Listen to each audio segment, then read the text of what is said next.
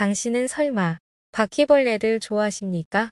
가끔 TV에서 특이한 애완곤충을 키우는 사람을 보면 이해하기 힘들다. 그 중에서 특히 가장 싫어하고 무섭기도 한 바퀴벌레에 대해서 알아보자. 우리는 대부분 바퀴벌레를 싫어한다. 어떤 생명체인지 모르고 궁금해하지도 않고 알려고 찾아보지도 않고 거부감을 가지고 있다. 나는 곤충관에서 일하며 바퀴벌레를 연구하고 있다. 일본 전국 각지에서 바퀴벌레를 채집하고 데려와 사육한다. 사육하는 바퀴벌레 종류는 120가지이고 수만 마리에 달한다. 바퀴벌레는 유명세에 비해 해충의 이미지만 부각되어 있다. 까맣고 반들반들하고 빠르게 움직인다. 번식력이 강하고 집안에서 잘 나타난다. 이제 당신이 알고 있는 바퀴벌레의 진짜 정체를 밝혀보자. 당신의 호기심에 시동을 걸어라. 바퀴벌레는 인류가 멸망해도 생존한다. 바퀴벌레는 머리를 떼어내도 죽지 않는다. 인류 멸망 후의 생존 여부는 어떤 생물이든 조건에 따라 다를 테고, 바퀴벌레도 머리가 떨어져 나가면 머지않아 죽는다. 바퀴벌레는 박멸시켜야 돼. 바퀴벌레는 생태계에서 분해자 역할을 맡고 있다. 잡식성이라 다양하게 섭취하고 분해한다. 낙엽, 과일, 동물의 배설물, 균류 등등. 오우바퀴라는 종은 썩은 나무를 먹고 생활함으로써 나무가 흙으로 돌아가는 데 일조한다. 분해해주는 생물이 없다면 숲속은 낙엽과 썩은 나무들로 넘쳐나게 되고 새싹들은 싹을 틔울 수 없게 된다. 그러므로 바퀴벌레는 숲의 신진대사에 큰 보탬이 되는 곤충이다. 바퀴벌레는 식물 종자를 퍼뜨리는 역할도 한다. 바퀴벌레는 다른 생물의 먹이가 되기도 한다. 생태계는 다양한 생물들이 얽히고 설킨 절묘한 조합 속에서 유지된다. 어딘가에서 이상이 발생하면 다른 생물에게 연쇄적으로 영향이 간다. 허리 통증을 참았더니 이번에는 무릎이 아픈 느낌이랄까. 생태계도 인체처럼 모두 연결돼 있다. 만약 바퀴벌레가 세상에서 사라지면 바퀴벌레가 분해하던 것들은 섭림에 쌓이고 바퀴벌레가 옮기던 종자의 식물들은 번식이 끊긴다. 바퀴벌레를 먹어왔던 생물들도 결국 굶주려 죽는다. 이러한 영향력이 점점 확대되면 생태계는 무너진다. 이건 바퀴벌레한테만 한정된 시나리오가 아니다. 자연을 소홀히 대하면 인간의 생활에도 연쇄적으로 영향이 발생한다.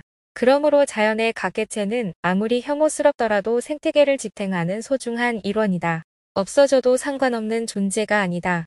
자연계에는 바퀴벌레가 무수히 많고 아직 인간이 발견하지 못한 신종도 많다. 그러니 이제부터는 생태계의 일부로 바퀴벌레를 바라볼 수 있는 여유를 가져보자. 바퀴벌레는 죽기 직전에 알을 낳는다. 공포감 때문인지 바퀴벌레에 대한 괴담은 수도 없이 많다. 바퀴벌레는 죽기 직전에 알을 낳는다라는 괴담에는 바퀴벌레의 생명력이 느껴지며 묘한 불쾌감을 일으킨다. 그러나 사실과 다른 부분이 있다. 바퀴벌레는 지갑 모양의 알집에 복수의 알을 차곡차곡 넣은 뒤 천천히 알집을 낳는다. 시간이 소요되는 만큼 죽기 직전에 때맞춰 산란하는 건 무리다. 먹바퀴는 알집을 낳고서 한동안 알집을 꽁무니에 달고 다니다가 적당한 장소를 발견하면 알을 단다. 독일바퀴는 부화하기 직전까지 알집을 가지고 다닌다. 알집을 가지고 다니는 바퀴벌레를 잡을 때 슬리퍼로 내리치거나 살충제를 불면 알집이 어미의 배에서 떨어진다. 바로 그 순간 알을 낳는 장면처럼 보이는 것이다. 이런 이유로 바퀴벌레는 죽기 직전에 알을 낳는다라는 괴담이 생겨난 게 아닐까. 바퀴벌레 한 마리가 보이면 주변에 100마리는 더 있다. 바퀴벌레를 질색하는 사람들에게는 기겁할 일이다. 주변 어딘가에 바퀴벌레가 득실거린다니 상상만으로도 등줄기가 서늘해진다. 이 괴담이 사실이라면 집에서 한 마리만 나타나도 당장에 이사 가고 싶어질 것이다. 이 괴담의 진실 여부는 반드시 그렇지만은 않다이다. 물론 실내에서 번식한 경우라면 100마리 이상 있을 가능성도 존재한다. 빈번하게 눈에 띄면 해충방 제업체에 연락해야 한다. 그러나 바퀴벌레는 아늑한 장소와 먹이를 구하러 사방팔방 돌아다니므로 한 마리의 실내 침입도 가능한 일이다. 바퀴벌레는 사람을 공격한다. 바퀴벌레는 종에 따라 비행 능력이 상이하다. 날개가 없는 종, 날개가 너무 짧아 날지 못하는 종, 독일바퀴처럼 날개가 있어도 날지 못하는 종도 있다.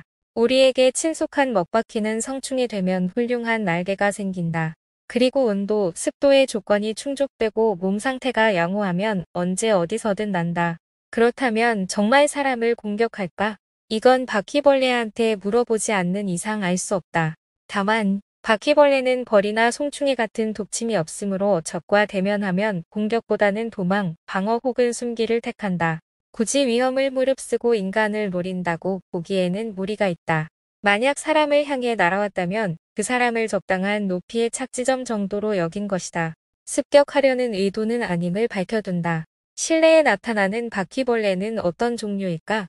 인간은 정체를 알 수 없는 것에 공포를 느낀다. 바퀴벌레의 이름과 구분법을 알아두면 공포감이 다소 옅어질 수도 있다. 바퀴벌레는 전 세계에 4.600종 이상, 일본에는 64종이 서식한다. 이들 중 집안으로 들어오는 종은 극소수이고 야생에 서식하는 종이 압도적으로 많다. 실내에 나타나는 바퀴벌레는 이들 중 하나일 거다. 혹시 바퀴벌레를 만나면 어떤 종류인지 관찰해보자. 먹바퀴. 집안에 출몰하는 바퀴벌레 대부분이 먹바퀴다. 성충의 길이는 25-35mm이고 바퀴벌레라고 하면 흔히 이 먹바퀴를 떠올린다. 먹바퀴라는 이름에 걸맞게 몸이 까맣고 광택이 나는 특징이 있다. 그런데 자세히 보면 앞날개는 고동색이다. 유선형 몸통에서는 스포츠카 특유의 세련미가 돋보인다. 먹바퀴는 실내뿐 아니라 야생에서도 많이 서식한다. 독일 바퀴. 먹바퀴와 자주 혼동되지만 생김새부터 매우 다르다. 성충의 길이는 약 10-12mm로 먹바퀴의 절반도 안 되는 크기다. 조그맣고 후다닥 움직이는 모습이 귀엽다. 전체적으로 밝은 갈색을 띠며 가슴에 있는 두 개의 검은색 줄무늬가 특징이다. 개체마다 문에 달라 비교하는 재미가 쏠쏠하다. 따뜻한 환경을 좋아해서 음식점이나 지하상가에서 자주 볼 수 있다. 야생에서는 그다지 보이지 않는다. 이질바퀴. 성충의 길이는 약 30-40mm다. 실내에 출몰하며 해충으로 취급받는 바퀴벌레 중 일본 내 최대 크기다. 황토색 머리와 대비되는 동그랗고 귀여운 눈동자가 선명하다. 이질바퀴는 사시사철 따뜻한 환경을 좋아한다. 오키나와 등 온화한 지역에서는 실내와 야생에서 모두 발견된다. 일본 전역에 분포해 있다. 바퀴벌레의 일생. 도심 속 공원에서도 발견되는 상바퀴의 생애를 예시로 살펴보자. 상바퀴의 경우 여름부터 가을에 걸쳐 알집에서 수많은 유충이 일제히 부화한다. 유충은 낙엽이나 과일을 먹으면서 몇 차례의 탈피를 거치고 유충인 상태로 겨울을 맞이한다. 낙엽 밑 혹은 풀뿌리 끝에서 겨울을 보낸 뒤 봄부터 초여름에 걸쳐 또 한 번 탈피하고 우화를 거쳐 성충이 된다. 그 후 수컷과 암컷이 교미해 알을 낳고 겨울이 오기 전에 수명을 다한다. 이처럼 바퀴벌레는 번데기의 과정을 건너뛰고 탈피를 반복해 유충에서 성충이 되는 불완전 변태 곤충이다. 그런데 탈피와 우화를 겪는 시기는 종마다 다르다. 여름에 성충이 되는 바퀴벌레도 있고 겨울에 성충이 되는 바퀴벌레도 있다. 이 책은 바퀴벌레를 싫어하던 저자가 바퀴벌레 연구를 시작하고 35년 만에 일본산 바퀴벌레의 신종을 발표하기까지의 여정이 담겨 있다. 사람들에게 미운 털이 박힌 바퀴벌레지만 그 참모습을 알게 되면 바라보는 시선도 확연히 달라진다.